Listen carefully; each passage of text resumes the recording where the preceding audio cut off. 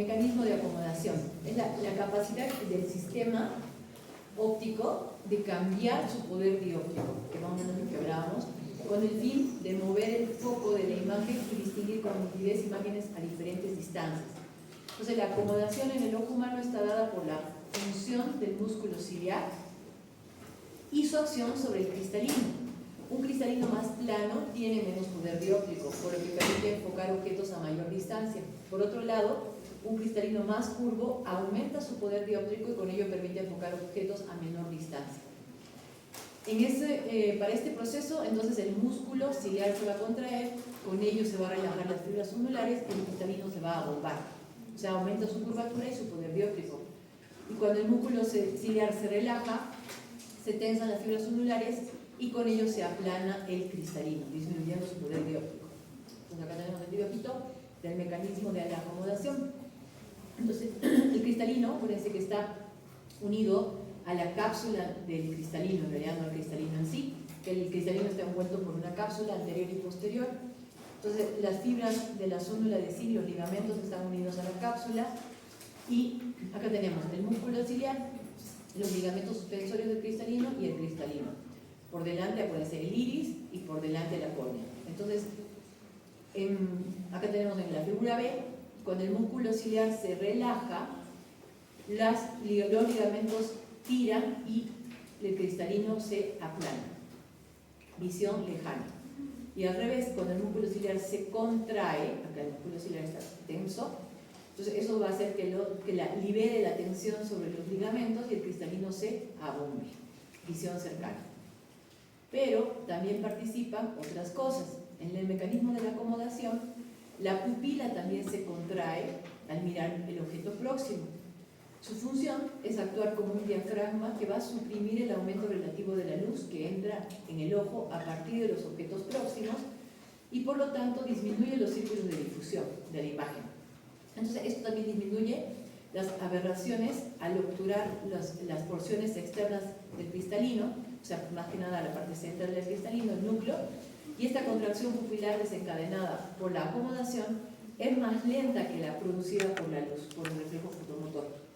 Entonces, la disminución de la profundidad de la cámara anterior por el centro, o sea, si vemos la cámara anterior en ese momento, al contraerse la pupila hay una disminución ahí, él dice que el borde de la pupila se va a desplazar hacia adelante, unos 0,4 milímetros, para una acomodación de 7 dioptrías. Entonces, cuando veíamos lo de la presbicia, lo que se va perdiendo es este proceso de acomodar. ¿Sí? Con la presbicia se pierde el proceso de acomodar, no se pierde la visión, sino la fuerza de acomodación. Sin embargo, por su parte periférica, la cámara anterior sufre un aumento de la profundidad. Bueno, entonces, este mecanismo es lo que ocurriría con el tema de la presbicia, con el tema de la visión cercana, es un proceso importante y fisiológicamente se va perdiendo dioptrías de acomodación por edades, que lo hemos visto en la presbicia, ¿no? Eso de la pérdida, por edades. No sé si lo he puesto. Acá dice, por ejemplo, en estado relajado, el radio de curvatura de la cara anterior del cristalino es de 11 milímetros, o sea, cuando está aplanado, mientras que durante la acomodación, esta curvatura de la cara anterior puede disminuir a 5 o 6 milímetros. Esta variación de la forma aumenta su poder convergente, o sea, su poder dióptrico positivo, de modo que el foco puede desplazarse en la medida necesaria. Al acomodar un ojo joven, hay un acortamiento de la distancia focal que corresponde a un aumento de la potencia del ojo, pasando esta de 60 dioptrías a 70 dioptrías, o sea, 10 dioptrías más. Por eso, cuando somos jóvenes podemos ver imágenes muy próximas al ojo.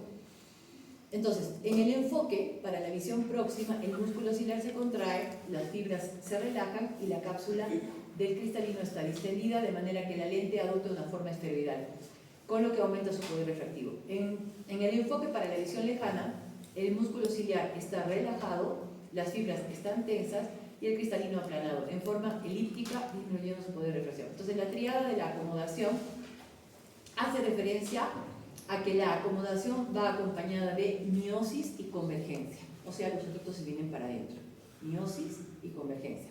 Esa es la tríada fisiológica de la acomodación. Entonces, en el reflejo de cercanía, acá está el paciente mirando a la visión lejana.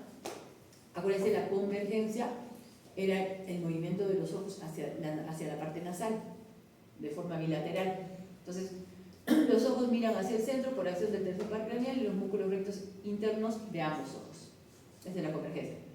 La miosis, veíamos que la pupila de ambos ojos se hace más pequeña por acción del sistema parasimpático. Y el reflejo de acomodación, el cristalino cambia su forma por acción del músculo ciliar y las fibras ondulares. Entonces tenemos en la visión lejana, el cristalino está estirado, el músculo ciliar relajado y las fibras tensas. En la visión próxima, el músculo está contraído y es lo que se va. Hay dos teorías del tema de cómo perdemos fisiológicamente la fuerza para acomodar. La primera teoría dice que perdemos la fuerza en el mismo músculo ciliar y la segunda teoría dice que es porque el cristalino se pone más duro, entonces como que empieza a hacer la catarata, por lo cual se van perdiendo dioptrías a mayor catarata. ¿Bien? Cuando el cristalino también cambia su estructura. Entonces, el reflejo de acomodación de cercanía o de acomodación convergencia es un acto reflejo que se activa cuando enfocamos objetos cercanos luego de observar objetos distantes.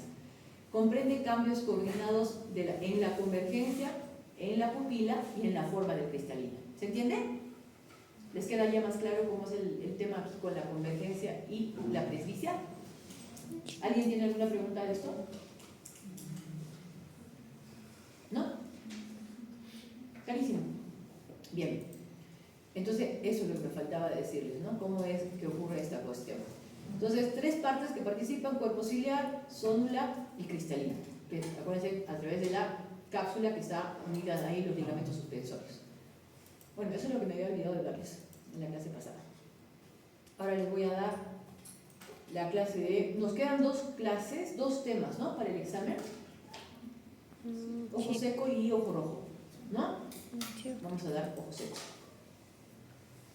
Hay gente que dice que no existe la enfermedad del ojo seco, pero sí está descrita como una enfermedad multifactorial que vamos a empezar a analizarla ahora. Es muy común, es muy frecuente, acuérdense que tiene muchos factores que involucran el ojo seco como enfermedad. Entonces, como definición, la enfermedad del ojo seco es una patología multifactorial y frecuente, sobre todo en la población de edad avanzada y en mujeres después de la menopausia. Se caracteriza por la pérdida de la homeostasis de la película lagrimal y se acompaña de síntomas oculares y en cuya etiología interviene, ¿qué cosa interviene? La inestabilidad e hiperosmolaridad de la película lagrimal, la inflamación y daño de la superficie ocular y las alteraciones neurosensoriales. Sus síntomas son variables e incluyen, como clínica, en síntomas, sensación de arenilla o cuerpo extraño, visión borrosa e inclusive el dolor. La enfermedad del ojo seco también puede ser asintomática y el paciente solo tener signos detectables con las pruebas pertinentes. Los síntomas de la enfermedad pueden ser muy molestos para los pacientes y pueden interferir en sus actividades cotidianas e inclusive afectar su calidad de vida. Hay test que inclusive evalúan solamente cuánto afecta su calidad de vida el ojo seco. Como factores de riesgo, no modificables y modificables. Los no modificables son la edad, el sexo femenino, la raza asiática, la disfunción de glándulas de Meibomian, las conectivopatías y el síndrome de Sjögren. Las modificables son la deficiencia de andrógenos, el uso de ordenadores, el uso de lentes de contacto, el tratamiento hormonal sustitutivo, factores ambientales como contaminación, sequedad ambiental y fármacos como los antidepresivos y los antihistamínicos como modificables. ¿Cuál es el impacto que genera esta enfermedad en la calidad de vida? Los síntomas, como la irritación y el dolor, así como los efectos sobre el bienestar, disminuyen la calidad de vida de los pacientes. Asimismo, el deterioro de la función visual afecta a actividades cotidianas, como leer, conducir o usar ordenadores.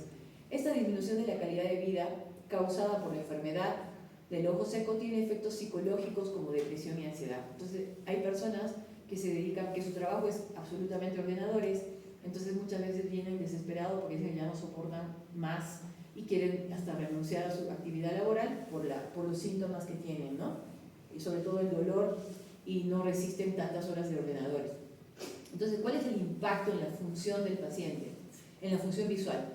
La luz, acuérdense que la luz también atraviesa la película lagrimal, que la película lagrimal forma parte de la visión. Y la córnea para penetrar en el ojo hasta llegar a la retina, donde se forma la imagen. Si la película lagrimal está alterada en su composición u homogeneidad, la luz transmitida a través del ojo pierde calidad y la imagen retiniana es defectuosa.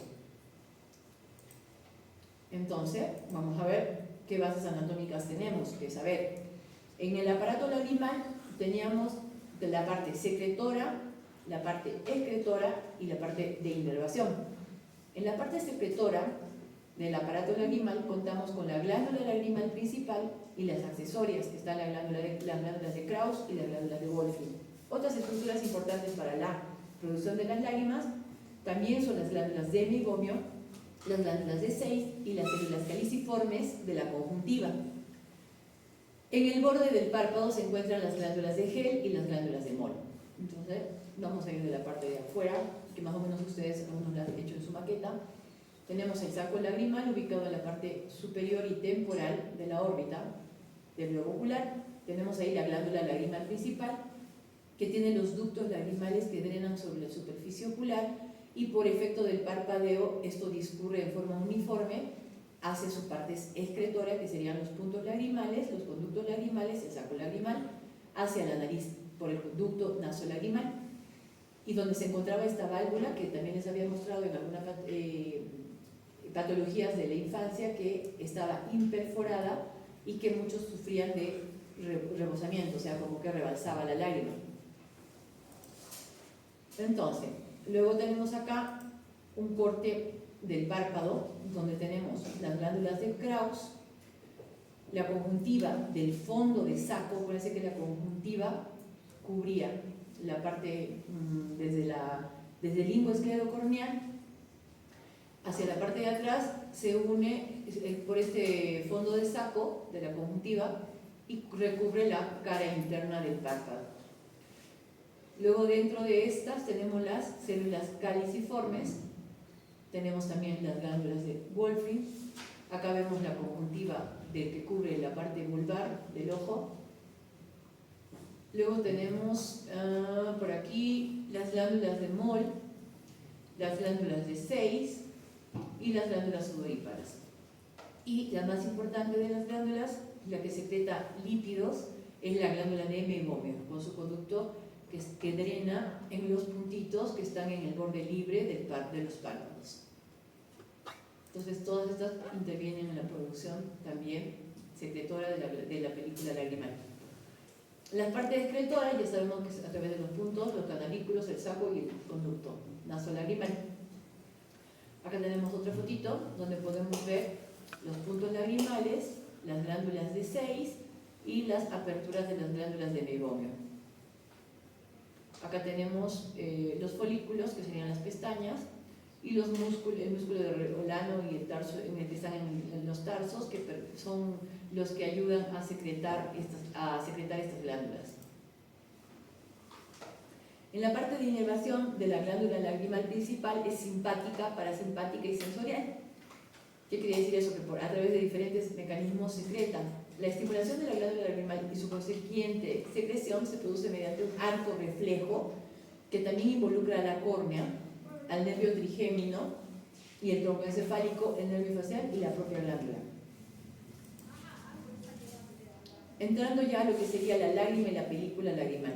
El parpadeo, que es ya sea voluntario, involuntario o voluntario, va a revestir de lágrimas la córnea y la conjuntiva. Esta película consta de 3 capas.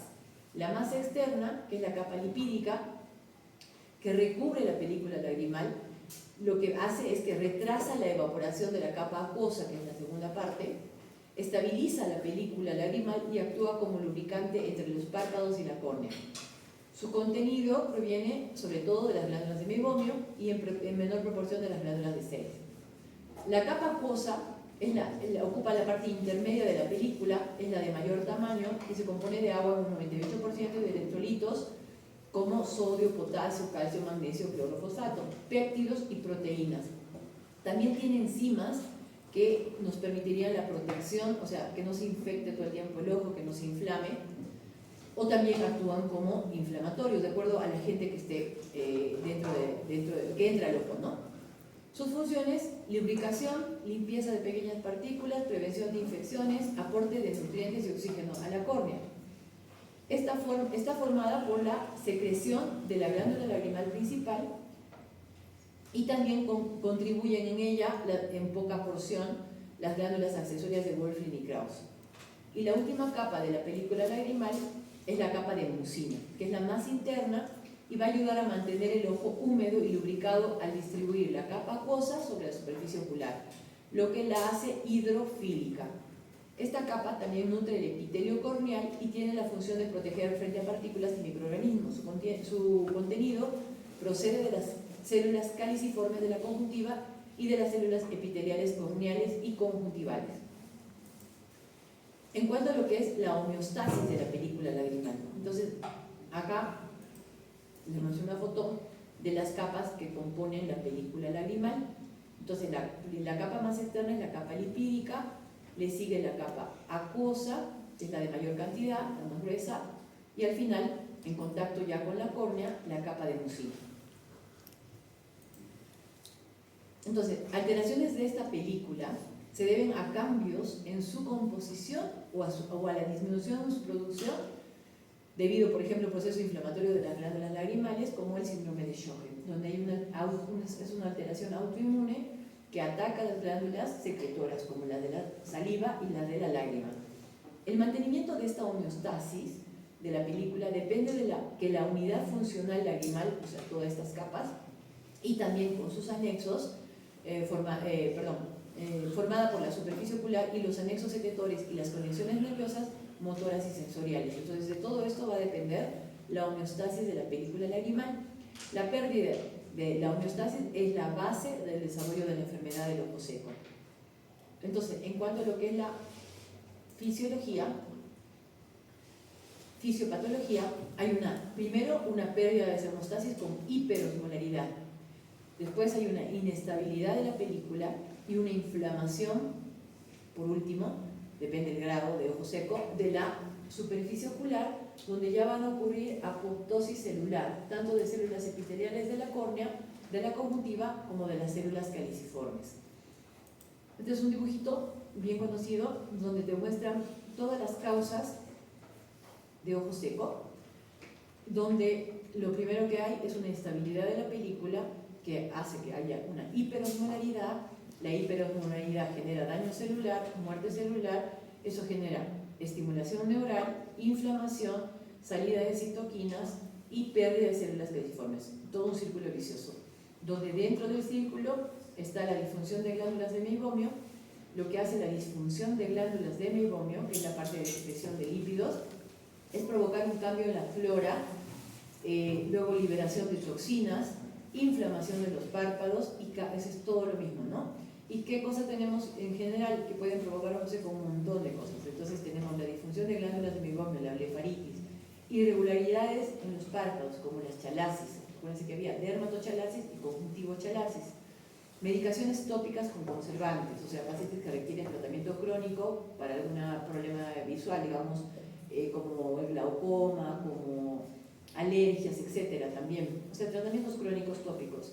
Alergias generalmente también pueden ser pacientes que tengan rinitis asociado a conjuntivitis alérgicas. Luego también los que usan lente de contacto. El medio ambiente adverso. Nosotros vivimos en un medio ambiente adverso, que es el clima seco. Infecciones a repetición, como conjuntivitis bacterianas, víricas. Alteraciones neurotróficas, como por ejemplo pacientes con parálisis facial, que involucre el parpadeo.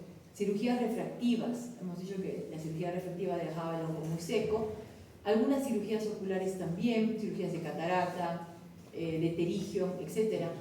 Medicaciones sistémicas, habíamos nombrado a los antihistamínicos y a los antidepresivos, pero hay muchos otros también. Y como enfermedades autoinmunes, el síndrome de Sjögren, la artritis reumatoidea, y por último el balance hormonal, y ahí por eso está asociada la mujer como con la menopausia, que pierde los estrógenos, entonces también genera mayor resequedad. Entonces, esto va a generar hiperosmolaridad de la lágrima. La osmolaridad, para que entiendan, es el nivel de concentración de solutos en una solución. en este caso en la lágrima. Se considera una osmolaridad superior a 308 miliosmoles por litro, indica una enfermedad inicial. Superiores a 316 miliosmoles, una enfermedad moderada grave.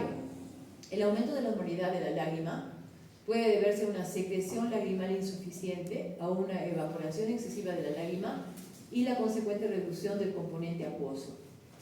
Esta hiperosmolaridad es el mecanismo central de la enfermedad de ojo seco. Provoca apoptosis de las células de la córnea y de la conjuntiva y desencadena procesos inflamatorios que a su vez aumentan el daño de la superficie, induciendo a más muerte celular, que son las que producen las células caliciformes, las células, la capa de mucina. Entonces, cuando vemos un paciente que ya tiene daño de la capa de mucina, vamos a ver un tipo de ojo seco especial que generalmente está asociado a las enfermedades autoinmunes, y el signo que se observa es el de la queratitis filamentosa. Entonces les voy a mostrar para que vamos teniendo una idea de los signos. Entonces hay diferentes tipos de queratitis, que ya sabemos que itis es inflamación y queratitis, inflamación de la córnea. Vamos a buscar acá, queratitis filamentosa. Creo que les mostré, ¿o no? Algunos han visto en práctica. Filamentosa. Entonces acá, vamos a poner. La filamentosa es esta, la que se pega, ya hay daño de la capa de mucina. Estos son mocos, literalmente, que si el paciente le molesta mucho, tiene mucha sensación de cuerpo extraño, no se van con el parpadeo, no se mueven, no son como las lagañas, sino que es ya un daño de muerte celular de la capa de mucina, donde podemos observar que inclusive hay vasos que están atravesando la barrera del limbo esclerocorneal, y hemos dicho que todo vaso que atraviesa el limbo esclerocorneal hacia la córnea, que es avascular, le deja como secuela, ¿qué cosa? ¿Qué le deja como secuela a la córnea? Si la córnea es transparente porque no tiene vasos, ¿qué le va a dejar? Leucomas, cicatrices. ¿Bien? Entonces, obviamente que depende mucho del tiempo que este paciente haya tenido esta inflamación para que no quede esta secuela. ¿Bien? Entonces, esta es la queratitis filamentosa, donde se observa daño de la capa de mucina. ¿Bien? Cuando hay, sobre todo, empieza con la hiperosmolaridad. Entonces, vamos a seguir acá. Inestabilidad de la película. Esa inestabilidad se va a caracterizar por una ruptura precoz de la película que le evaluábamos con el tiempo de ruptura lagrimal o el break-up time. Entonces, hay una inestabilidad.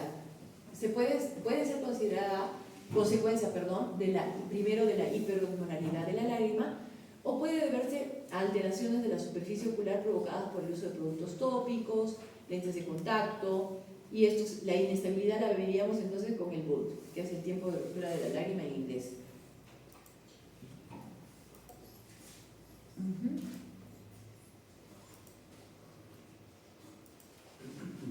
Bien, vamos a entrar en clasificación del ojo seco. Tenemos, en cuanto a la etiopatogenia de la enfermedad del ojo seco, dos clasificaciones: acodeficiente o cuantitativa, porque hay una disminución de la cantidad de la lágrima, y evaporativa o cualitativa, por alteración en su composición.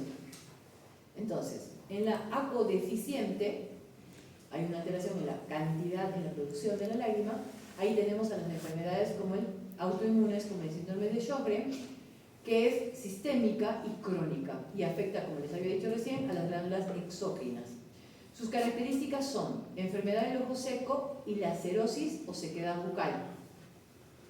Se debe básicamente al déficit de secreción de este tipo de glándulas exócrinas por una destrucción epitelial e inflamación de las glándulas lagrimales o de la saliva.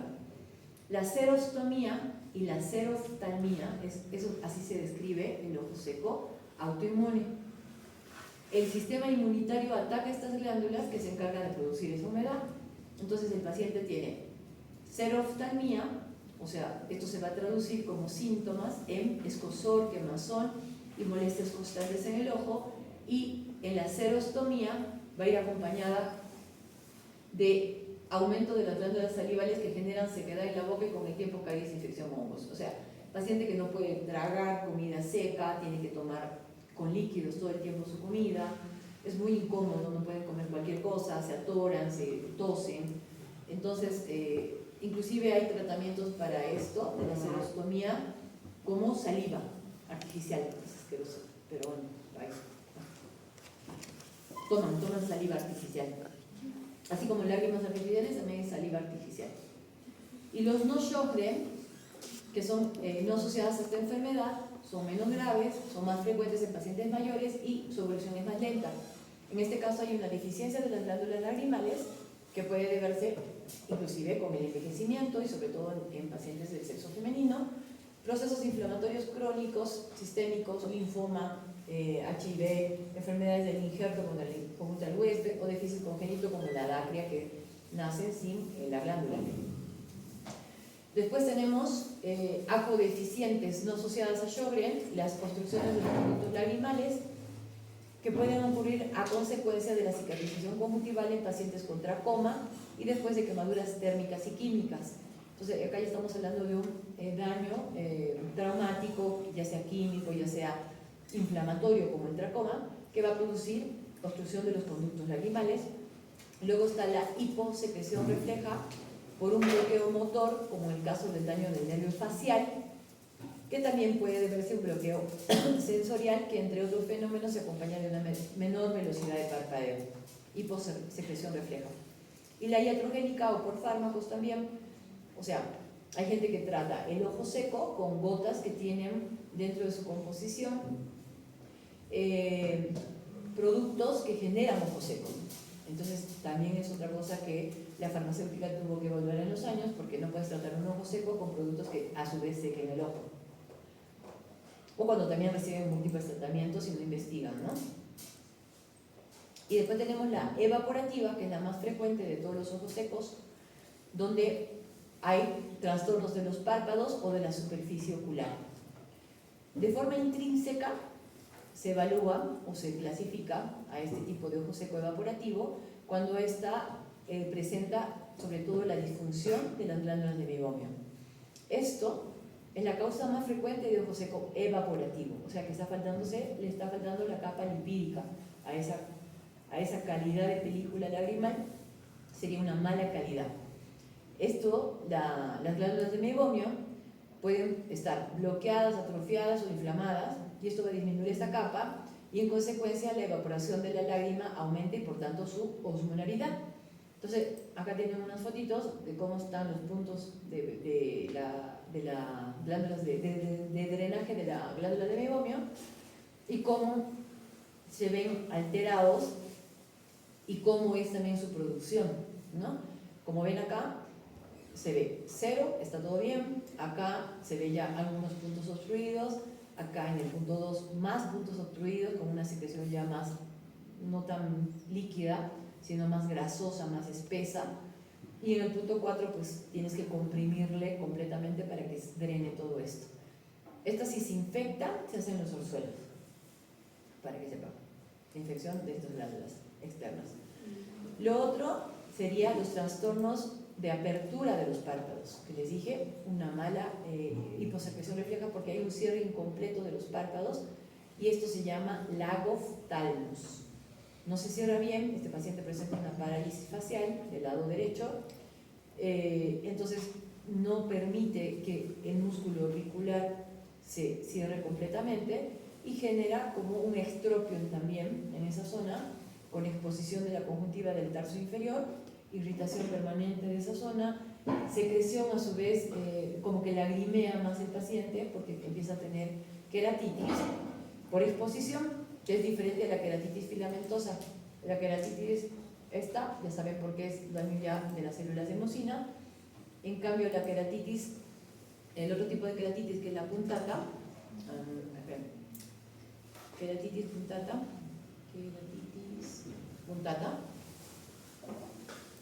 generalmente se localiza en la zona de exposición, por ejemplo como esta. son con el test de fluoresceína, podemos ver esta zona de exposición. Entonces acá tenemos el tercio inferior de la córnea, está más expuesta, igual que el paciente que acabamos de ver con parálisis facial.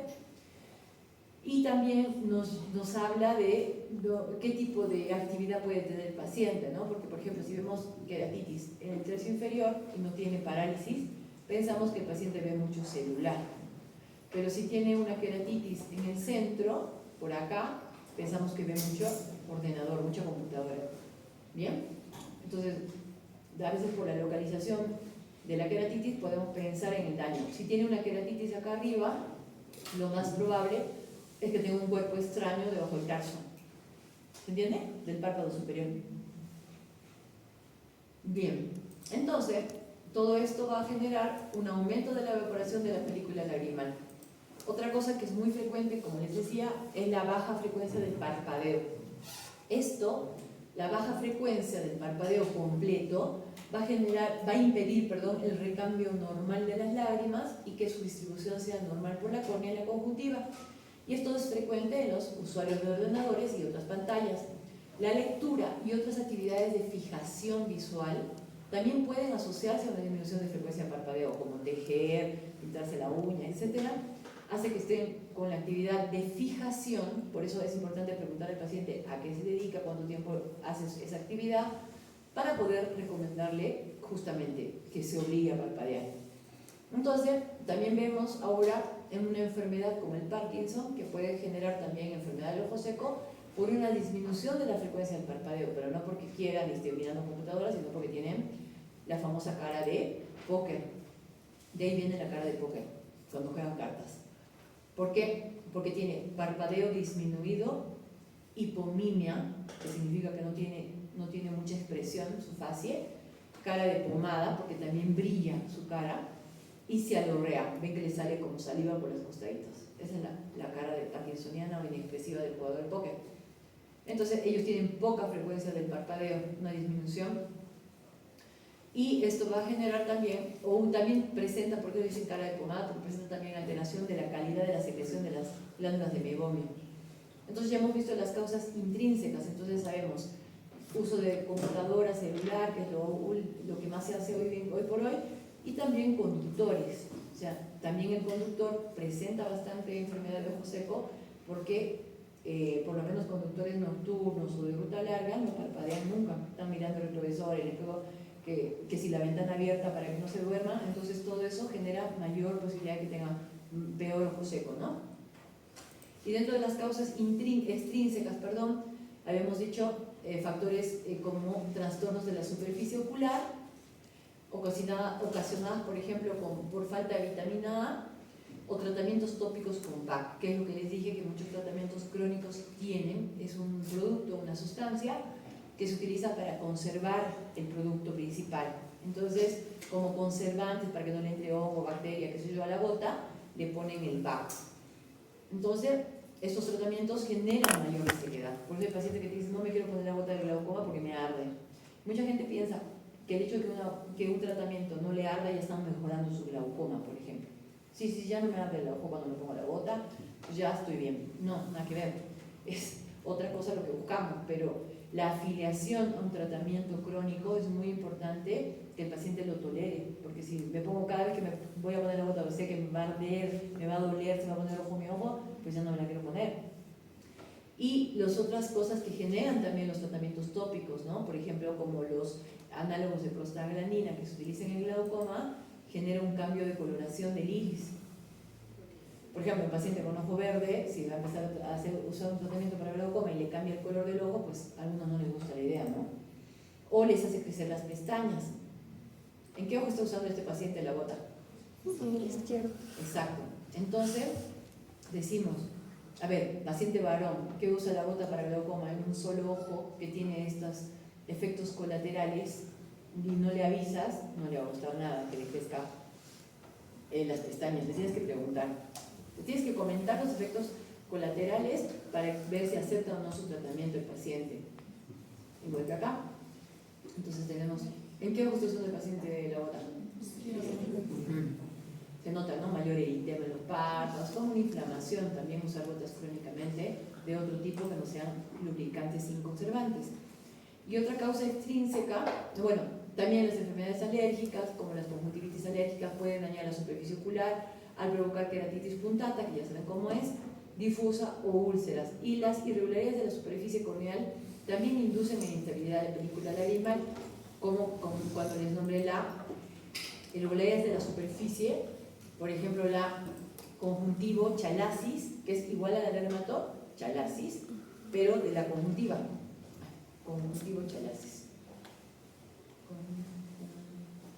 Conjuntivo chalasis. Ese exceso de piel en el párpado, en la conjuntiva del vulvar, la que cubre el ojo, también genera irregularidades en la superficie. A ver dónde se ve. Acá se nota. Esto es una piel redundante de la conjuntiva que cada vez que el paciente parpadea se mueve como una sábana. Entonces eso genera una irregularidad de distribución de la película lagrimal. ¿Se nota? Como una arruguita de la conjuntiva. ¿Bien? Acá también se notan. Entonces esas son irregularidades que puede presentar el paciente en su superficie y que le van a generar una mala distribución de la película uniforme de la película lagrimal. Los usuarios de lente de contacto, ni que les cuento, tienen recontra seco los ojos porque el lente de contacto común hace contacto con toda la córnea. Entonces, la única humedad que recibe la córnea es el parpadeo, ¿no? Hemos dicho que recibe acá, en estos climas, ¿no? Ambiental. Entonces, si no hay humedad y el lente de contacto le va quitando oxígeno a la córnea, entonces va a haber toda la sintomatología de ojo seco, ojo rojo, escozor y todo lo demás, que llega a un punto en que no tolere el lente de contacto. ¿Bien? ¿Ves? Dice acá, se ha observado que el riesgo de enfermedad de ojo seco es hasta 12 veces mayor en los usuarios de lentes de contacto. Me he olvidado de algo de una óptica también, ya me acordé. Esperen un ratito, acá que no les conté de la miopía. Eso sí lo vieron. ¿Dónde estaba?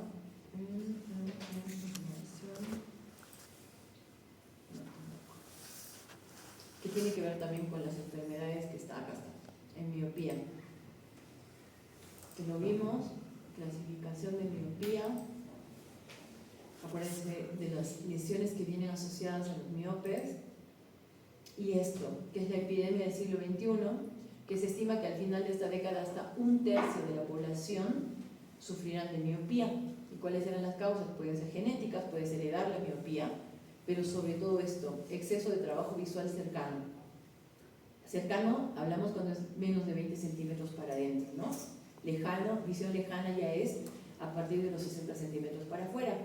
Entonces, toda actividad, porque ellos me dicen, no, la computadora la tengo no la puedes tener a 1 metro, la tienes a 60, no sé si la pueden tener a 70. Y también este punto, chicos, menor exposición a la luz solar, a la luz UV. También dicen que esto, exponerse a la luz UV, disminuye la dopamina, no exponerse, mejor dicho, disminuye la dopamina que bloquea el alargamiento del ojo. Acuérdense que los miopes eran ojos grandes. Entonces, en castellano, estar más tiempo al aire libre puede reducir el riesgo de la miopía en niños, ¿no? Entonces, aumenta la miopía en niños de 5 a 7 años por los aparatos electrónicos. Por cada hora adicional que el niño pasa al aire libre, el riesgo de desarrollar miopía se reduce en un 2% según la Asociación Americana de Oftalmología. Y la generación Z y la miopía. ¿Ustedes qué generación son? La de cristal, entre todos. Bueno, no sé, yo creo que soy no sé de qué generación también. Ahí, ahora sí. Dice que 3 de cada 5 universitarios son miopes. Son más miopes, o sea, menos 0.5 dioptrías más de la media, y su miopía aumenta el doble de rápido. El 50% usa su móvil entre 4 y 8 horas diarias, pero pasan solo 1 hora en actividades al aire libre. Entonces, el 50% de los jóvenes tienen síntomas de mala salud visual. Ojo rojo, sequedad, escozor, desconcentración y dolor de cabeza. Muchos pueden llegar al umbral de riesgo de sufrir miopías patológicas, que eran las que hablábamos de más de 6 dioptrías. Entonces, mucho cuidado con eso, con el tema de tantas horas de uso de aparatos electrónicos. Bueno, ahora sigo porque me voy a olvidar de dar el soporte de óptica. Entonces, hemos visto cuáles son los trastornos que generan mayor enfermedad de ojo seco. Hemos visto la clasificación etiopatogénica, acodeficiente o cuantitativo y evaporativo o cualitativo. Ahora vamos a entrar al diagnóstico. ¿Cómo hacemos el diagnóstico? ¿Cuáles son las pruebas que utilizamos para hacer este diagnóstico de esta enfermedad, que es muy, muy frecuente? Lo más importante, siempre en el anamnesis, el interrogatorio. Hay cuestionarios sintomatológicos, donde se evalúan todos los síntomas y se van poniendo puntajes. Esos son para hacer sobre todo estudios multicéntricos. Después está también la determinación de la agudeza visual funcional y la sensibilidad al contraste. Luego está el tiempo de ruptura de la lágrima o PUT. La tinción también eso se hace con fluoresceína, y también hay otros productos para estudiar la enfermedad como tal, donde se ve el daño de las células caliciformes, como el verde de lisamina. Luego está también la tinción de la superficie, como dije, con fluoresceína, sin hacer tiempo de ruptura. La evaluación del flujo de la lágrima, o sea, cuánto es la producción de la lágrima, mediante el test de Schimmer, y el test de aclaramiento lagrimal, donde se va a observar si hay o no buen drenaje de la lágrima, y la meibometría o meimografía, donde se evalúa la función de las glándulas de Meibomian.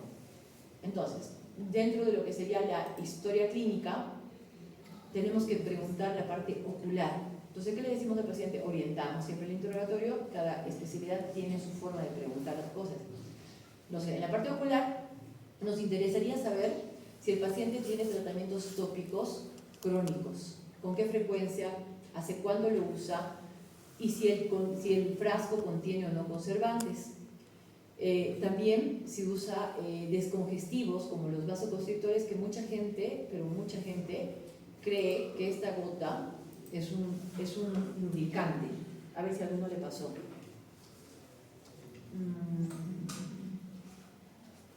Ahorita, Florides, yo no ni lo receta. Pero bueno, ¿por qué creen ustedes que esto puede ser un lubricante?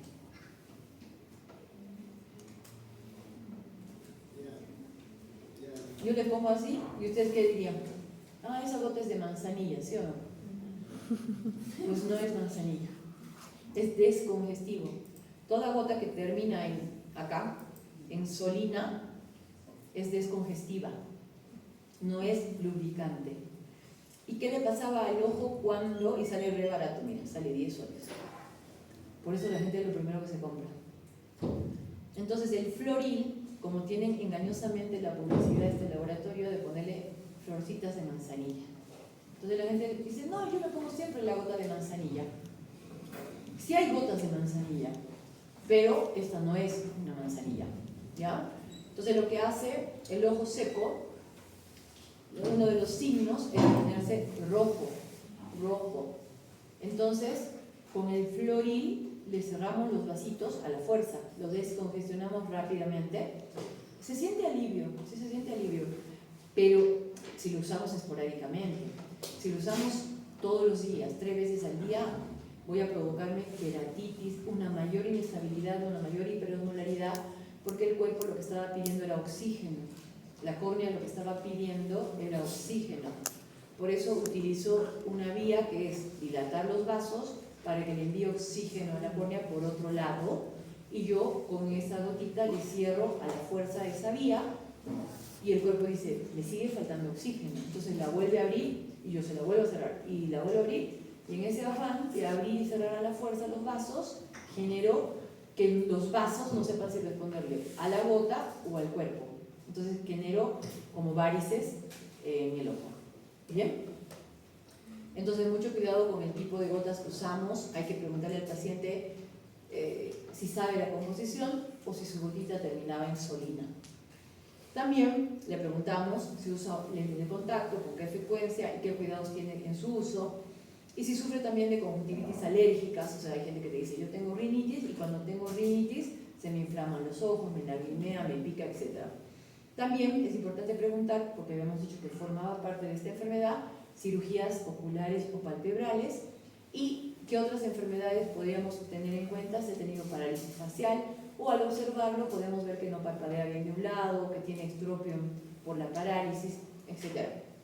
Entonces, si el paciente usa gotas, usuario crónico, si el paciente tiene conjuntivitis alérgicas, se le notan los ojitos diferentes, se le nota eritema de los bordes de los párpados, enrojecimiento de los párpados, edema de los párpados, parálisis facial, ¿no? Entonces, si vemos una carita así que de un lado no tiene arrugas, tiene el estropio o el párpado más caído, no puede cerrar bien, o cuando cierra tiene un cierre incompleto, entonces a este paciente, obviamente que de noche tenemos que darle algún lubricante de tipo gel que le permita no tener una mayor evaporación de la lágrima cuando duerme.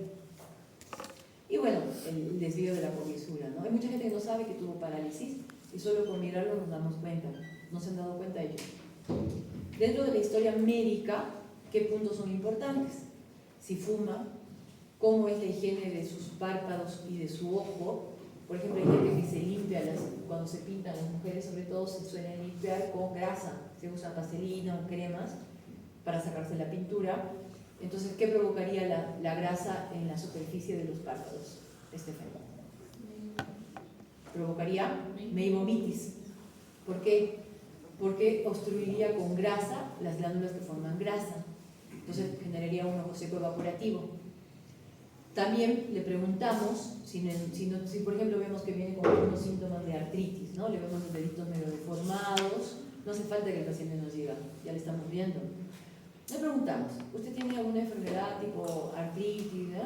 Sí, tengo. Ya. Y usted le tenemos que preguntar, ¿tiene sensación de boca seca? ¿También le cuesta tragar comida seca? ¿Se atora si come algo que no ha tomado líquido? Entonces ya nos vamos orientando que puede ser un Sjögren.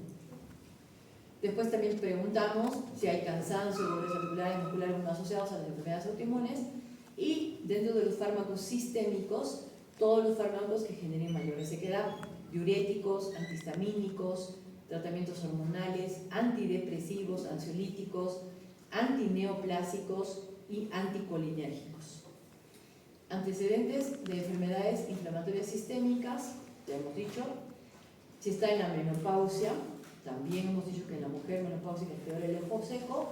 Si ha tenido algún golpe, traumatismo en el ojo, si es atópico, si es un paciente que sufre de alergias, alguna cirugía de repente de cabeza y cuello, ¿por qué? Por el trasplante también de médula ósea, que hemos dicho también que existe la enfermedad autoinmune del ojo seco por este trasplante, y trastornos neurológicos como Parkinson, neuralgia de trigémino, entre otros.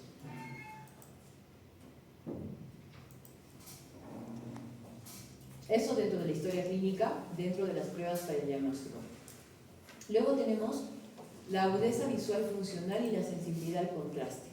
Ya son pruebas más específicas para esta enfermedad, pero, por ejemplo, la agudeza visual funcional, que la hacemos siempre en consultorio, en práctica, es la agudeza visual continua del paciente cuando realiza actividades como leer o conducir, y se mide después de mantener los ojos abiertos sin parpadear durante de 10 a 20 segundos. En castellano, el paciente, cuando le empezamos a mostrar los octotipos, el paciente no está parpadeando porque está leyendo, pero nos damos cuenta que casi al final del cartel de prueba, el paciente ya no ve. Entonces nosotros le decimos, parpadee, y vuelve a abrir su ojito y puede ver mejor. Esa es la agudeza visual funcional. ¿Bien? Porque ha empeorado su agudeza visual porque se le ha secado la superficie. Y esa sensibilidad al contraste es la capacidad visual para distinguir un objeto de su fondo. Es un test que viene así. Muchos lo usamos inclusive en otros países lo usan mucho, ¿no? Para ver en qué momento es ideal operar a un paciente de catarata. Porque así como el ojo seco, la catarata también trae un problema con el contraste. Entonces, en otros países le hacen esta prueba Mientras pueda seguir distinguiendo las rayitas, tiene buena sensibilidad al contraste. Cuando ya no las distingue, ya decimos que tiene una mala sensibilidad al contraste y puede operarse de catarata. ¿Por qué? Porque tanto el ojo seco como la catarata generan una mala visión, una mala calidad de agudeza visual. Más que cantidad, calidad. ¿Se entiende? O sea, ve 20-20, pero lo ve muy mal. O sea, ve a través de un fondo sucio, opaco, no nítido. ¿Bien? ¿Seguimos? ¿Van bien, chicos? Sí, ok. Después les hago un kiss al final de clase. ¿Vale? Sí, les voy a hacer el kiss. Están acostumbrados, nada quieren. Algunos me dicen, ya, doctora, qué bueno. Quiero aprender. ¿Qué? Qué pena. El examen era para la semana pasada. Se supone que ya lo rindieron. Ya tendrían que estar súper relajados y listos. ¿Qué no? ¿Cómo que no? ¿No han estudiado? No, sí hemos estudiado por año. ¿Y de qué tienen? ¿De neuro? Se canceló el viernes y ahora lo vamos a dar hoy día. ¿Se han recontra repasado todo el fin de semana? ¿O no? Eso es porque son vagos. Tienen que estudiar. Luego existen los cuestionarios. Como les dije, los cuestionarios son más que nada para hacer estudios con muchos pacientes, algo más generalizado, algo menos personalizado, algo para un estudio multicéntrico, ¿no? No deben usarse como método único, por eso dice acá, porque la relación entre síntoma y signo no es lineal. O sea, sabemos que la gente tiene diferentes umbrales, de repente uno tiene un ojo recontra seco y no siente nada, y otro apenas tiene, no sé, le arde todo el día y tiene apenas un poquito de ojo seco, ¿no? Entonces estos cuestionarios como el OSDI evalúan todas estas preguntas y el paciente tiene que ir marcando en base a qué es lo que siente, ¿no? Todo el tiempo, la mayoría del tiempo, la mitad del tiempo, a veces nunca. Y así, estos cuestionarios, está este que es el OSDI y está el DQ5, que es lo mismo, también marcan los pacientes y ya. Entonces ahí se saca su número total de en base a los signos que el paciente presenta y a los síntomas, perdón, y sacan su valor. Entonces dice acá, el OSDI, 12 preguntas, se puntúan de 0 a 4, 0 nunca, 4 siempre, y una puntuación mayor o igual a 13 se considera diagnóstico de enfermedad de ojo seco.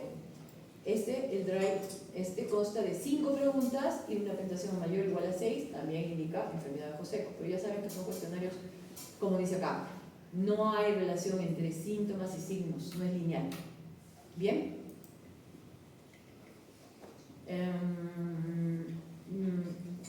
Vamos a ir ahora a la...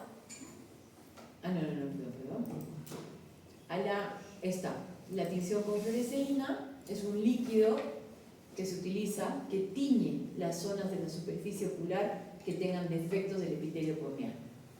Entonces, va a permitir apreciar mejor el tamaño del menisco lagrimal y de los filamentos mucosos. Acá tenemos la queratitis puntata. Y se evalúa el área de tinciones puntatas usando un esquema como el Oxford, que puntúa de 0 a 5 grados según la intensidad de la tinción. Eso para que lo conozcan. Solamente aquí se ve si tiñe o no tiñe, dónde tiñe más y se va poniendo los puntitos. Esos también nos sirven muchos, este tipo de estudios, de cuestionarios y cosas generalizadas sirven para estudios, más que nada para estudios de muchos pacientes, no algo común en la práctica diaria. El tiempo de ruptura de la lágrima, ese sí lo uso todo el tiempo, los que van a práctica lo saben, que básicamente es echarle la misma fluoresceína, ver si no tiñó nada y entonces decimos en qué tiempo entre un parpadeo completo y la aparición de la primera ruptura de la película lagrimal. Entonces le ponemos el tinte, hacemos que el paciente cierre su ojito, lo abra y cuántos segundos pasan de ese momento en que aparece la primera mancha negra o ruptura de esa película lagrimal, ¿no? Entonces, esto es normal, en general en climas normales es de 10 a 12 segundos. Acá justo con 8 segundos andamos bien de ruptura lagrimal. Luego tenemos el test de Schimmer. El test de Schimmer tampoco lo usamos mucho, pero esto se hace mucho en pacientes con síndrome de Sjögren, justamente, porque evalúa la producción de la lágrima. Entonces, se coloca unas tiritas de papel que tienen numeritos milimetrados en la parte externa de cada ojo, la parte vulvar externa. Se lo puede hacer con anestesia o sin anestesia. El problema de hacerlo con anestesia es que ya genera un reflejo corneal, o sea, un lagrimeo de por sí, la anestesia. Entonces, lo ideal es hacerlo sin anestesia y se mide, se hace mantener los ojos cerrados del paciente después que le has puesto las tiritas durante 5 minutos. Después retiramos las tiritas y observamos cuánto se ha mojado el papel. Los valores de corte para el diagnóstico son menor o igual a 5 milímetros y mayor o igual a 10 milímetros. Entonces tenemos acá cómo quedan las tiritas. Acá tenemos 15 milímetros, acá disminución de la secreción, 5 milímetros, y exceso de producción. Tenemos unos 30 milímetros. ¿Bien? Así son las tiritas, es una cajita que viene así, con este tipo de marcación, así se llama, Schimmer Tear Test. Para que vayan sabiendo todas las formas de evaluar. Luego tenemos otro tinte que se llama verde de lisamina. También viene así, para comprarlo. Verde de lisamina. El problema es que arde mucho esta gotita. Es un derivado de la fluoresceína, pero tiñe las células degeneradas. O sea, nos sirve también para estudios multicéntricos en pacientes, por ejemplo, que yo solo quiero estudiar pacientes con artritis reumatoidea. Entonces a toditos les pongo el test de verde de lisamina y evalúo cuán grave tienen de ojo seco, o si ya presentan, como hemos dicho acá, la queratitis filamentosa, porque ya existiría un daño de la mucina, de la tercera capa. ¿Bien? Luego tenemos el test de aclaramiento lagrimal. El test de aclaramiento, como les dije, mide la velocidad a la que se limpia la lágrima. Es un marcador, también se le pone fluoresceína y su valor normal es 10,7 más o menos 8 por minuto. Entonces acá en este bebé vemos que la flor, en este ojito ya se le limpió y acá sigue teniendo esto.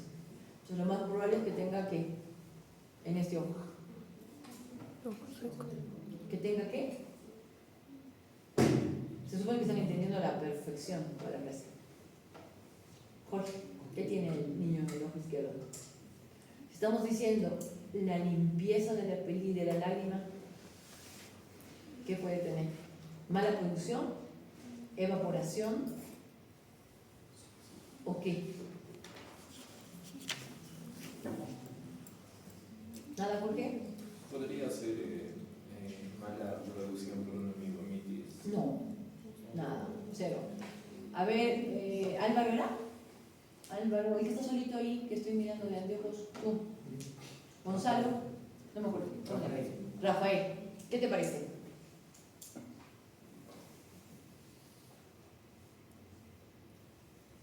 El test lo dice todo. ¿Cómo se llama ese test, Rafael? Rafael, ¿cómo se llama el test? ¿No estás tomando nota?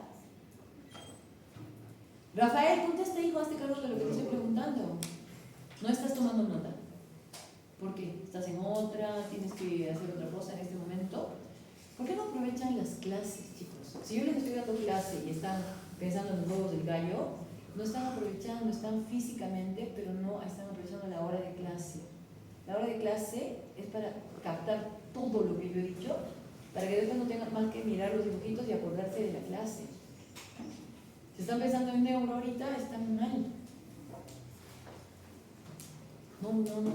¿Ninguno ha notado qué es este test? Test de aclaramiento. Test de aclaramiento. Ya, entonces dime, Daniela. Va midiendo la velocidad en el cuerpo a desaparecer. ¿Qué cosa? La película de ¿La qué? el volumen de la luz. Y entonces, ¿qué sospechas tú que tiene este niño en su ojo izquierdo? Si no se está aclarando la lágrima. No está saliendo la lágrima, ¿verdad? Está quedando ahí. A ver, Karim. Construcción de los canales. Claro, pues Karim. Hazme acordar a la próxima clase que te ponga sus más a ti y a ti. ¿Ya? Y menos a Jorge y a Álvaro. Rafael. Ya tengo que decir Álvaro. Ya. ¿Entendieron, no? Bien. Y luego está esta otra prueba, que ya son más de evaluación de glándula de meiomio como tal, donde se evalúa la calidad de la secreción y también la facilidad de expresión. O sea, qué tipo de grasa vemos que sale por ahí y cuán difícil es que salga uno a la petabla. Bueno, tiene sus valores, no me importa mucho que lo sepan, pero bueno, evaluación de las glándulas de meiomio es importante porque esto nos daría un diagnóstico directo de ojo seco, de qué tipo, allá los chicos de adelante, tú, qué tipo de ojo seco nos da esta disfunción de glándulas de meiomio. Al lado tuyo, la chica. ¿Cómo te llamas, señora? Daniela. -1, me haces acordar, Daniela, que te ponga. Menos. Y tú, de al lado. Obstrucción con secreción, doctora. No. ¿Qué tipo de ojo seco? No la causa. Sabemos que es disfunción de glándulas de meiomio, pero ¿qué tipo de ojo seco nos da la disfunción de glándulas de meiomio? Espera. ¿Qué están haciendo?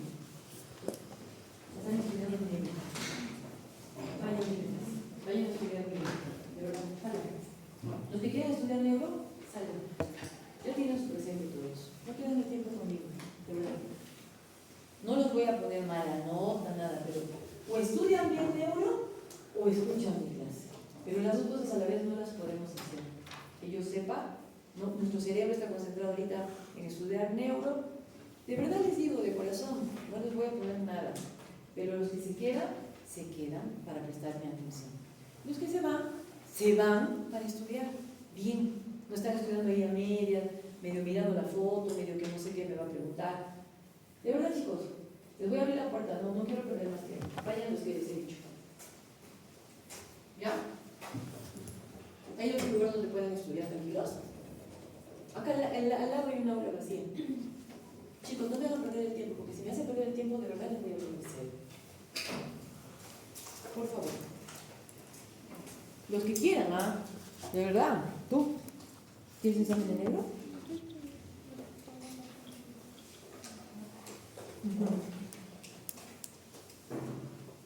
No hace falta que yo los vea, chicos. De verdad, ¿quién dice que te van a dar? Tú, Ana, porque estás en otra. Dale, hijo. De verdad, no quiero perder tiempo. ¿Tú tienes examen de negro? ¿Todos tienen examen de negro? ¿Hay alguno que no tenga examen de negro hoy día? ¿No? Bueno, entonces, ¿ninguno más se quiere ir? ¿No quieren aprovechar de estudiar? Yo no voy a enojar, de verdad. Se sienten que están muy tensos, muy preocupados, que realmente esta última hora les va a cambiar la nota de neuro. Váyanse a estudiar. De verdad. Chicos, les he pedido por favor, ¿no? No tengo nada que disculpar. Es normal que quieran estar estudiando neuro porque ahorita tienen el examen. Es más, ¿quieren que yo me vaya? Yo me voy, no tengo problema, pero no puedo perder el tiempo ni hacerles perder el tiempo a ustedes. Y eso está mal que hagamos eso. Está mal que hagamos eso. Ya les he puesto el presente y yo me siento muy incómoda, sería la palabra. Me siento incómoda porque no están prestándome atención y la verdad mi tiempo es oro, porque no tengo tiempo en mi vida. Y estar aquí, tratar de que aprendan, tratar de que aprovechen la clase, para mí es mucho, porque siento que doy todo para que ustedes lo hagan. Pero si ustedes no quieren, no pueden, no sé qué subjetivo poner, pero no sé. Yo la verdad que me siento incómoda. Entonces, les digo de verdad, chicos, no me voy a enojar ni me voy a acordar ni siquiera de tu cara. No es que no me acuerdo ni del nombre ahorita. Salgan nomás, váyanse a estudiar. Les queda 1 hora para un examen. Los que se quedan, atentos porque les voy a preguntar. Y el que no me conteste, sale de la clase. Y no les estoy preguntando cosas que ni siquiera les he mandado a estudiar, investigar. Están ahí. Entonces, si no quieren prestarme atención porque están preocupados en otra cosa, de verdad prefiero que salgan, porque si se quedan y no saben, no sé qué voy a hacer. De repente les pongo 0 en la nota final, no sé, va a ser peor. Creo que va a ser peor. ¿Ya? Entonces sigo. Entonces, bueno, esta era la evaluación del tipo de... alguien me levantaba la mano. Al que no haya participado, Prefiero que... A ver. Sería un concepto evaluativo. Claro, sí. Me haces acordar para que te ponga tu puntito. Muy bien.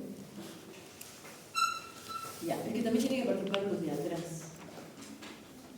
Bien, entonces estábamos ahí. Y listo, entonces tenemos cómo se evalúan, cómo evaluamos entonces el tema del ojo seco. Después existe una clasificación que también a nosotros como oftalmólogos nos sirve, solamente se las muestro. Entonces, en base, se llama clasificación de Delphi, que nos da la gravedad del ojo seco. Entonces, también puntajes en base a lo que encontremos, por ejemplo, los síntomas, qué tipo de ambiente tiene el paciente, cómo siente los síntomas, si son constantes, permanentes, todo el día, etc. Y cuánto esto afecta su calidad de vida. No hace falta que lo sepa, solamente se los quería mostrar porque algunos chicos en su tesis, cuando quieren hacer sus tesis, muchos hacen relacionado con el tema de esto, del ojo seco, y está bueno que conozcan. Luego tenemos el tema del tratamiento.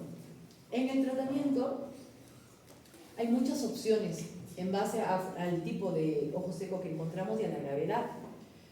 En general usamos los sustitutos lagrimales.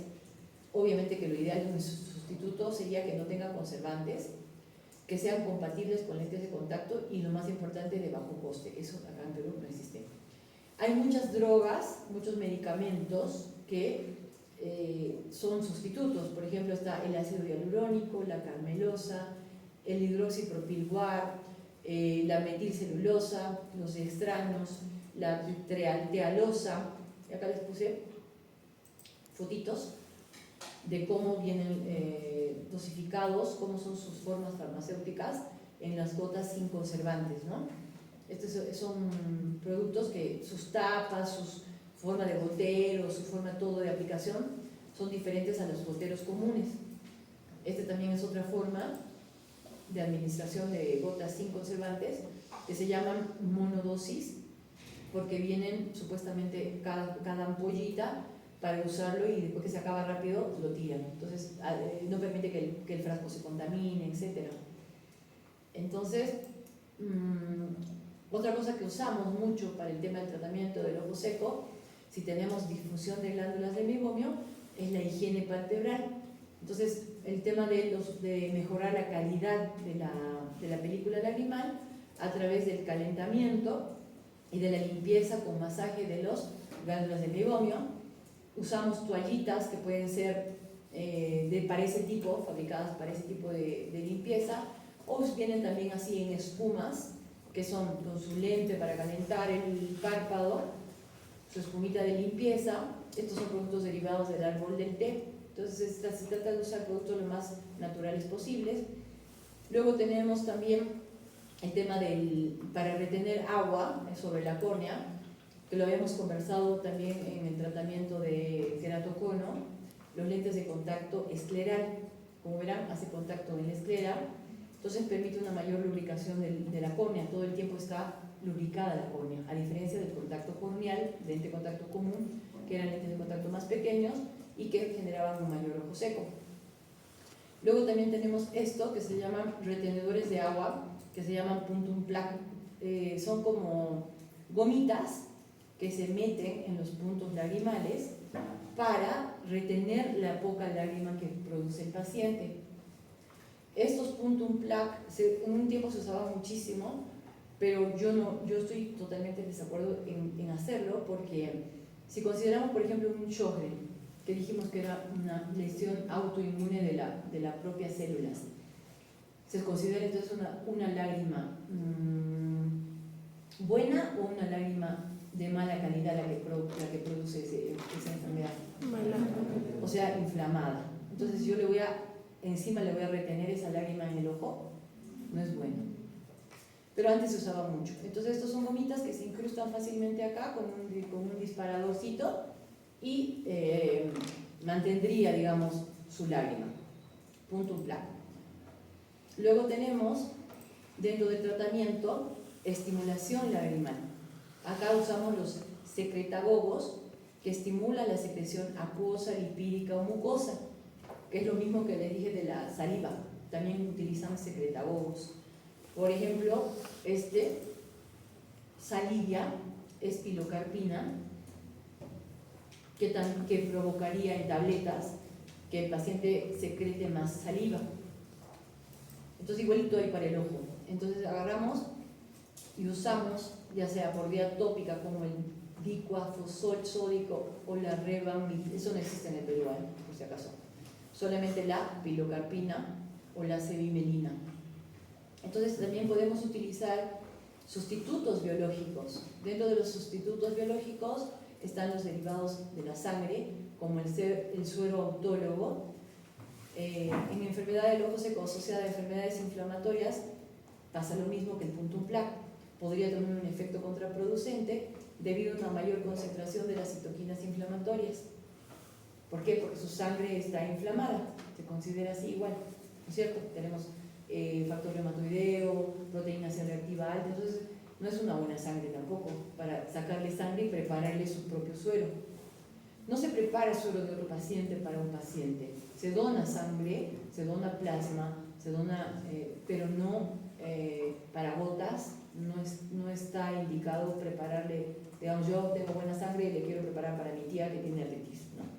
Bueno, porque puede tener una reacción igualito que el de la sangre, o sea, algo que le genere alergia al paciente por tu tipo de sangre. Y el plasma rico en plaquetas o factores de crecimiento también es muy bueno, eso sí, se utiliza mucho en pacientes con ojo seco grave. Plasma, que también se saca de la sangre, para el ojo y genera una mejor calidad de su producción. Y también está el autotransplante de glándulas salivales, ¿no? Y de glándula lagrimal no, pero de la saliva sí se puede hacer un trasplante. O sea, se agarra de la glándula salival y se le pone en el ojo, en castellano. ¿Sí? Después está la terapia antiinflamatoria, que se utiliza mucho cuando vemos ya de moderado a grave. Corticosteroides, hidrocortisona, prednisona, metilprednisona, dexametasona y fluormetalona. De todos esos los corticoides, el que tiene menos penetración en el ojo es la fluormetalona. Es importante que no tenga tanta absorción dentro del ojo, porque si ponemos mucho corticoide a un paciente le va a generar catarata por corticoides y presión ocular elevada. Si no entra mucho al ojo, podemos darle un tratamiento un poquito más largo con corticoides de baja penetración. Estos son corticoides de baja penetración. Fluormetalona al 0,1%. Y cuando encontramos también difusión de glándulas de meiomio, en un momento se intentó usar acitromicina tópica. Acuérdense que la producción de la glándula de meiomio no solamente era para la capa lipídica, sino también su inestabilidad o disfunción generaba una zona como de caldo de cultivo, o sea, mayor flora, mayor gérmenes, mayor cantidad de gérmenes en el ojo. Entonces se usaba la acitromicina para mejorar esta disfunción. Y tenemos otro tipo de sustancias también antiinflamatorias, que ahí sí no son corticoides, que está la ciclosporina A y otros inmunomoduladores no glucocorticoideos como el tracolino. Entonces la ciclosporina sí hay en Perú, yo la receto mucho cuando veo ojo seco moderado a grave, y lo que hace es desinflamar, porque el ojo seco no solamente lo mojo, sino es una inflamación, como han visto en el circulito. El tracolimus no lo venden en Perú, pero se puede mandar a preparar, y también como el plasma rico en plaquetas. Luego, el omega también se ha utilizado, así como ácidos grasos esenciales, para ayudar a mejorar la difusión de glándulas de meibomio. Eso se lo toma en cápsulas. Dentro del tratamiento también es importante las estrategias ambientales. Las estrategias ambientales son todo lo que podemos mejorar realmente en ese paciente ambientalmente. O sea, por ejemplo, si el paciente trabaja en ordenadores, les indicamos el tema del parpadeo obligatorio. Si vive, por ejemplo, utiliza calefacción, aire acondicionado, sabemos que eso empeora mucho el ojo seco, entonces le recomendamos que no duerma al menos con ese tipo de aparatos, porque va a generar una mayor evaporación de la lágrima. Luego tenemos también fármacos que inhiben la producción de la lágrima. Entonces, si es un paciente que está tomando muchos medicamentos ansiolíticos, antidepresivos, antipsicóticos, antihistamínicos y toda la historia, bueno, siempre como en cualquier tratamiento es riesgo-beneficio. O sea, prefiero que tome antidepresivos y no esté tirado en el piso con el ojo que no esté seco, ¿me entienden? Ojo sano, pero tirado en el piso no vale. O no duerme y tiene que tomar ansiolítico para dormir, prefiero darle el ansiolítico y darle un lubricante artificial antes de que no duerma nunca, ¿no? Bueno, en general entonces se trata de hacer como recomendaciones específicas en base a lo que hacemos en el interrogatorio del paciente, cómo podemos mejorar la calidad de vida, pero sí elegimos al menos en el tratamiento tópico a largo plazo que no evitemos los conservantes, ¿sí? Luego tenemos, según por ejemplo, ¿no? Este que dice acá, colirio, tiene viene un antibiótico, esa es la neomicina, ¿no? Pero tiene cloruro de benzalconio como conservante y además está asociado a la fenilefrina, que es un vasoconstrictor. Entonces tenemos acá una pequeña bombita para el ojo seco. Entonces siempre es una lágrima, te dicen, es un colirio, me pongo de vez en cuando, ya está, de ahí viene su ojo seco. Y según la gravedad y la recomendación, primero modificamos las condiciones ambientales probables, posibles, utilizamos sustitutos lagrimales, eliminamos tratamientos locales biosistémicos en lo posible, riesgo-beneficio que puedan causar la enfermedad, hacemos, si es necesario, agregamos tratamientos antiinflamatorios, hacemos el tema de la limpieza de los párpados, mejorar siempre las glándulas de meiomio, y ya en casos más graves, 3 y 4, sueros autólogos, lentes terapéuticas como las que les mostré, tampones lagrimales que desde el punto plaque yo no estoy muy de acuerdo, y inclusive a veces se tiene que cerrar los ojos temporalmente, se les cose los párpados para que puedan mejorar su ojo seco y luego se lo despegan, ¿no? Se sacan los puntos. Y ya en casos muy graves se hace esto, ¿no? Esto se llama tarsografia o trasplante de las glándulas salivales al ojo, ¿ya? Y en cuanto a lo que es la prevención de la enfermedad, esto sería lo más importante. Reducimos o limitamos la exposición a factores externos o medio ambiente responsable de la aparición de la enfermedad. Reducir o limitar significa, si yo necesito trabajar en la chacra, pero me puedo poner un lente, aunque sea de protección laboral, y me afecta menos el ambiente, el polvo, el sol, la radiación UV, pues nada, trabajo en la chacra con mi lente de protección.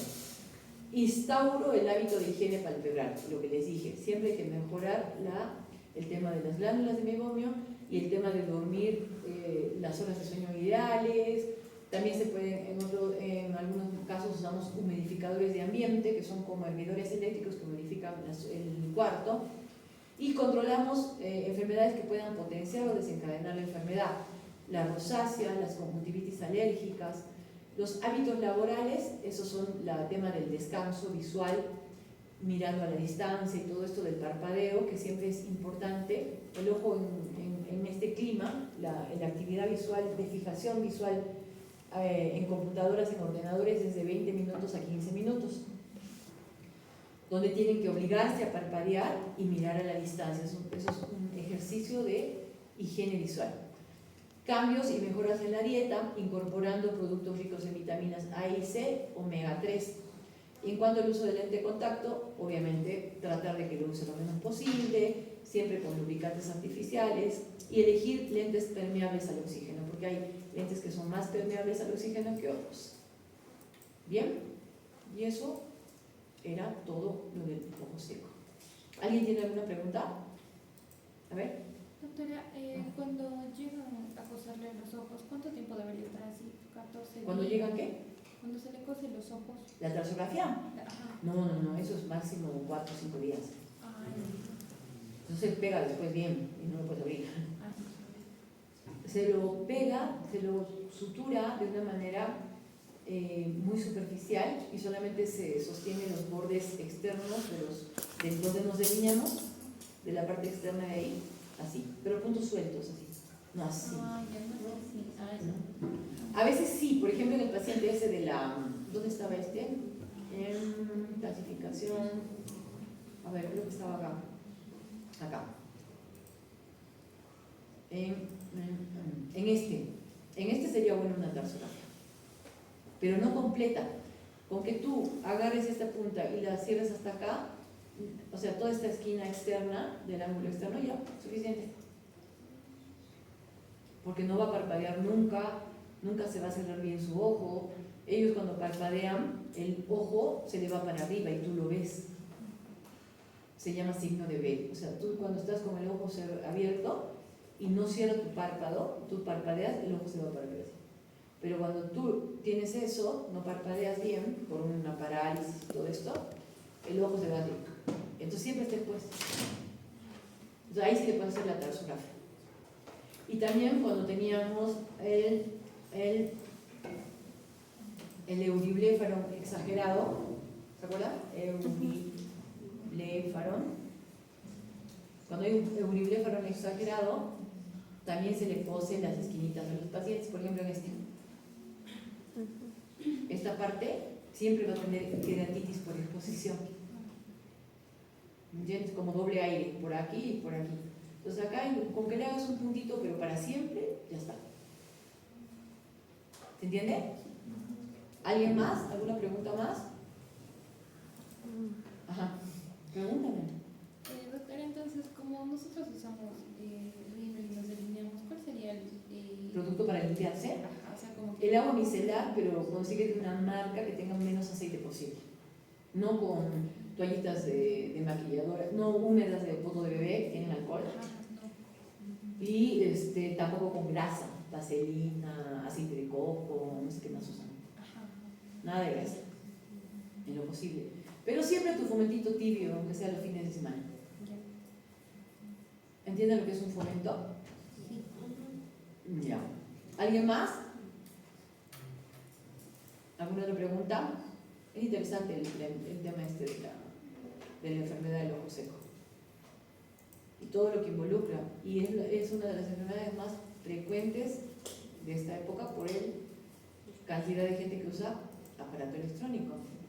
Acuérdense. Ya, entonces nos quedaría solo la clase de ojo rojo. Pero la próxima semana tenemos clase, no tenemos examen todavía. No, tenemos el 14. El 14, ¿no? Hasta el 18 creo que es... no, yo lo tengo que subir el aporte. Es el segundo, ya, de acuerdo. Ya, entonces, igual seguimos avanzando. La siguiente para la clase, para el examen sería todos estos temas, ¿no? Ya saben. Explícales qué entra Estefanía. Entra Semiología, embrio, embriología, fisio, anatomía, semiología. semiología, la más importante de todas las clases. Entra ojo seco, óptica y refracción, ojo seco y ojo rojo. ¿No? Sí. Perfecto. Ya chicos, pueden quedarse si quieren estudiar, hacer,